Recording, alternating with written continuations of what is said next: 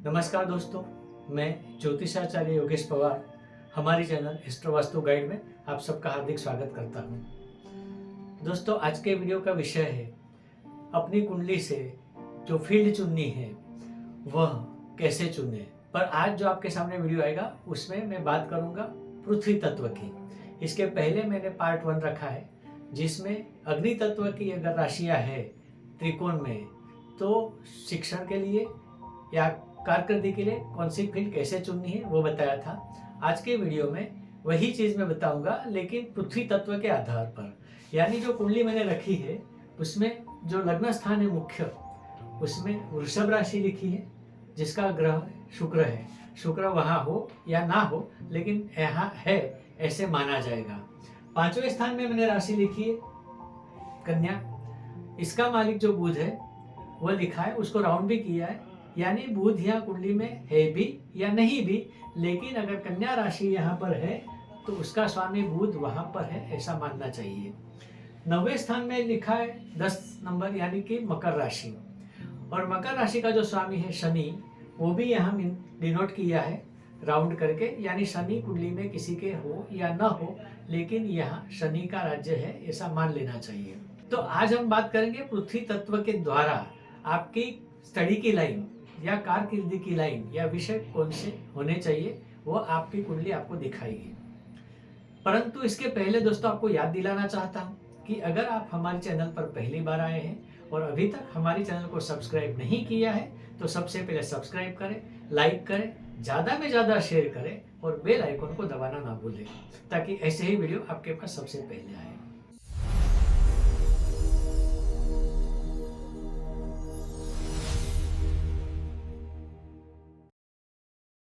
तो दोस्तों, यहाँ मैंने 2 नंबर लिखा है, लेकिन ये त्रिकोण बनता है मुख्य त्रिकोण। अगर मैं यहाँ 2 नंबर के बदले 6 नंबर लिखता हूं तो यहाँ आएगा 10 नंबर, यहाँ आएगा 2 नंबर। नंबर बदल देता हूं, यहाँ अगर 10 नंबर लिखा है तो यहाँ आएगा 2 नंबर, यहाँ आएगा 6 नंबर। तो कहीं ना कहीं त्रिकोण में ये 3 राशियां ही होंगी जो कि पृथ्वी तत्व की है, यानी वृषभ, कन्या और मकर। इन तत्वों के जो स्वामी हैं वो वहां राज्य करते हैं, और ये तीनों स्थान एक दूसरे से जुड़े हुए हैं। क्योंकि ये स्थान जो 5वां है वो विद्या प्राप्ति का है।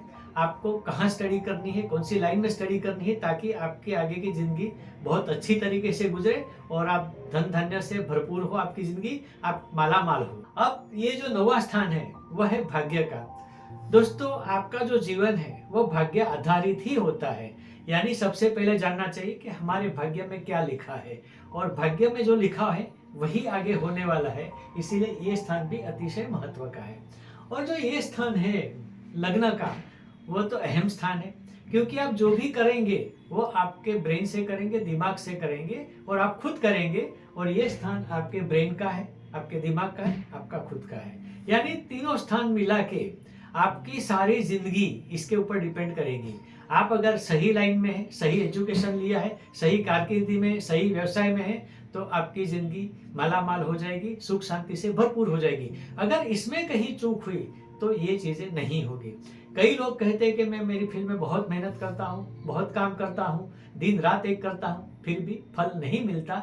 ये तभी हो सकता है अगर आपकी कैरियर सिलेक्शन सही नहीं हो। तो दोस्तों, यहाँ मैंने लग्न स्थान में लिखा है 2 नंबर वृषभ राशि, और जिसका मालिक है शुक्र।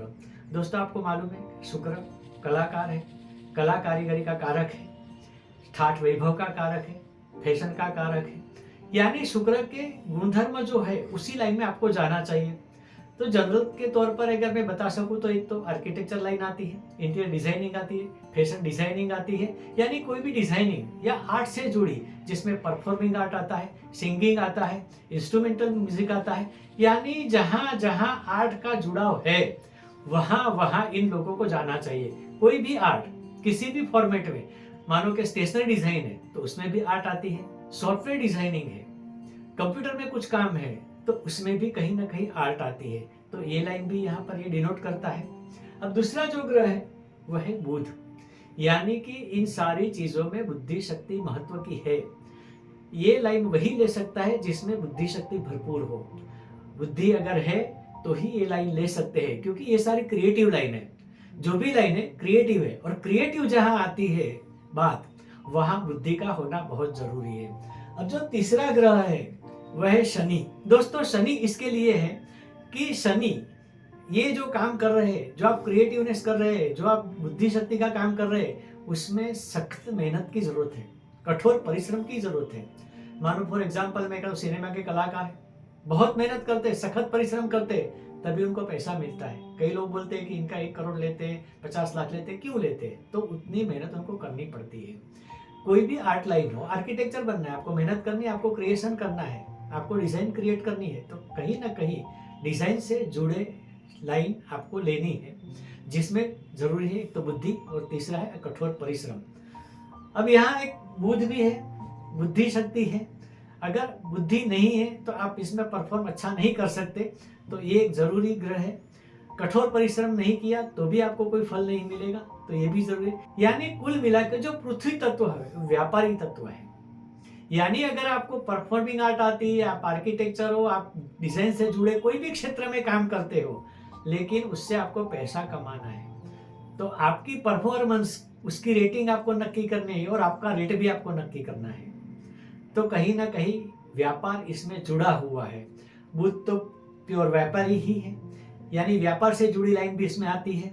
यानी बिजनेस है, मैनेजमेंट है, कॉमर्स है, फाइनेंस है, ये सारी लाइन भी बुध से जुड़ी हुई है। और दूसरा आता है कठोर परिश्रम। यानी यहाँ पृथ्वी तत्व के जितने भी लोग हैं वह परिश्रम के बिना आगे नहीं आ सकते। मानो कोई छोटा मोटा व्यापार करते हैं, कोई शॉप है, कुछ भी है, तो वहां भी इनको दिन रात परिश्रम करना पड़ता है, तभी इनको कुछ पैसे मिलते हैं। तो कुल मिला के इनका दायरा बहुत बड़ा है, लेकिन 3 चीजें ध्यान में रखनी है।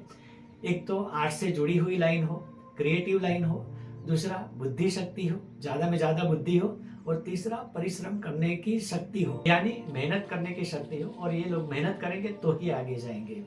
दोस्तों इसमें कई सारी और भी लाइनें विशेष आती है।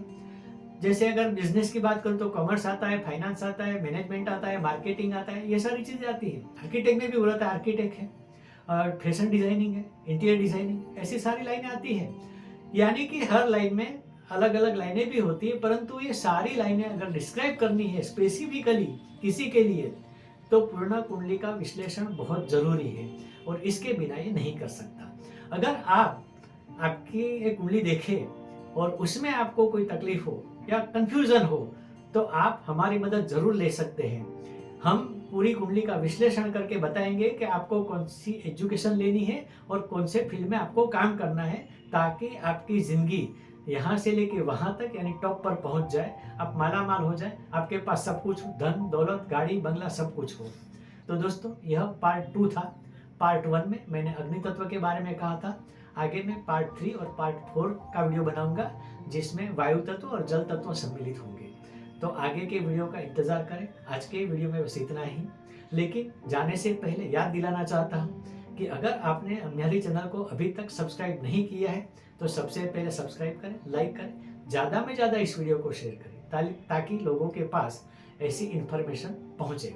और बेल आइकन को दबाना ना भूलें, ताकि आने वाले वीडियो सबसे पहले आपके पास ही आए। तो दोस्तों अगर आपको वीडियो के बारे में कुछ कहना है, तो आप वीडियो के कमेंट सेक्शन में जाकर अवश्य लिखें, हम उस पर अमल करने की कोशिश जरूर करेंगे। तो दोस्तों यहाँ मैं विराम करता हूँ, आगे आने वाले वीडियो का इंतजार करें। तब तक के लिए दोस्तों नमस्कार।